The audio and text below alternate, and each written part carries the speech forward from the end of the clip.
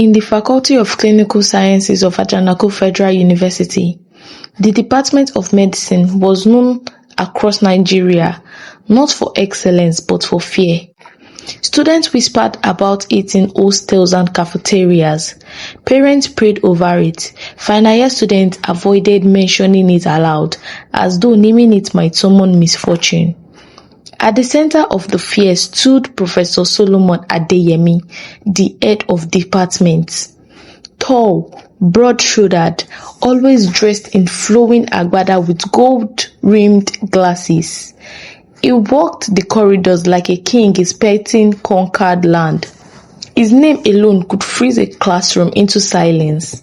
His footsteps were heavier than thunder, not because of their sound, but because of what they meant.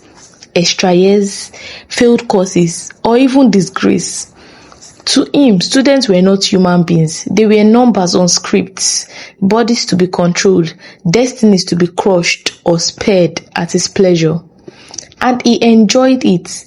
Medicine is not for the weak, he often said, leaning back in his leather chair. What I do is filter the unworthy. But everyone knew the truth. The department did not fail students because they were weak. It failed them because Professor Adeyemi wanted them to know. It started subtly. A failed test here, a missing script there. Then came the office invitations. Female students were summoned under vague pretenses: academic discussion, results clarification, mentorship.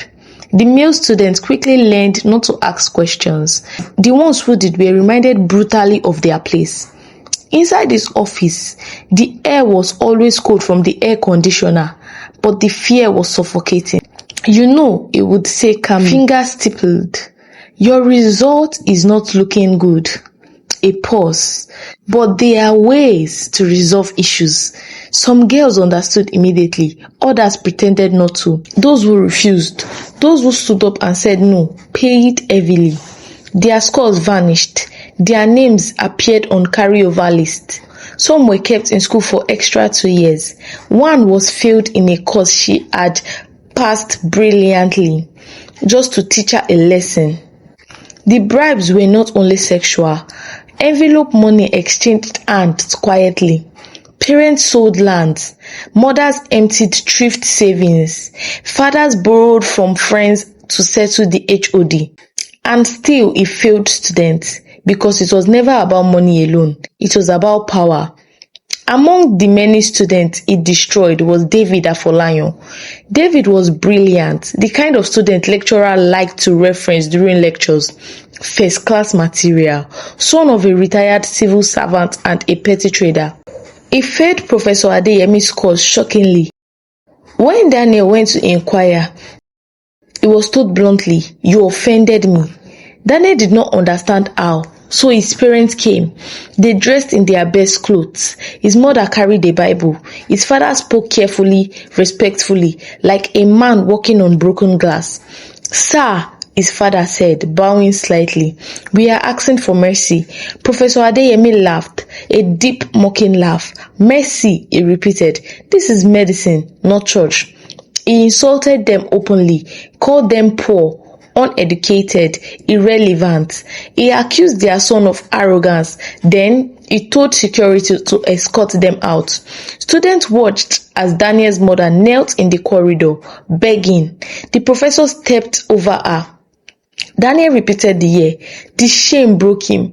2 months later, he took his own life in his hostel room. The department released a statement blaming academic pressure. Professor Adeyemi did not attend the burial. Another girl who he failed was Ifunanya Okorie, final year student, quiet and observant. She had been called to the office too. She had refused him, and like clockwork, her results suffered. But unlike others, Ifunanya did not cry or beg. She planned. Her cousin worked with a media NGO in Abuja. Through him, she got a miniature camera, small enough to hide in a button. The next time she was summoned, she went. She recorded everything, the threats, the proposition, the casual cruelty.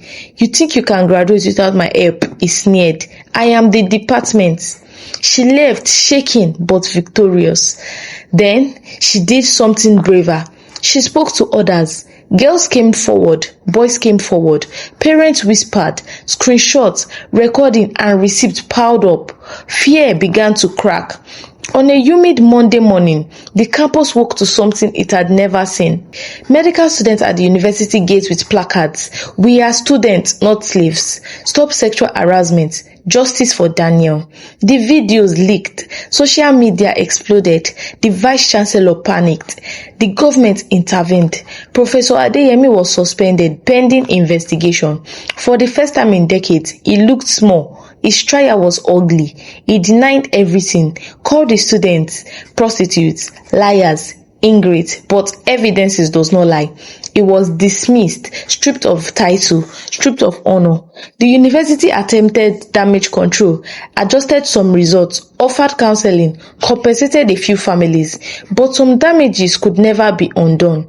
Some students had died, some dreams were buried. Professor Adeyemi believed money would save him.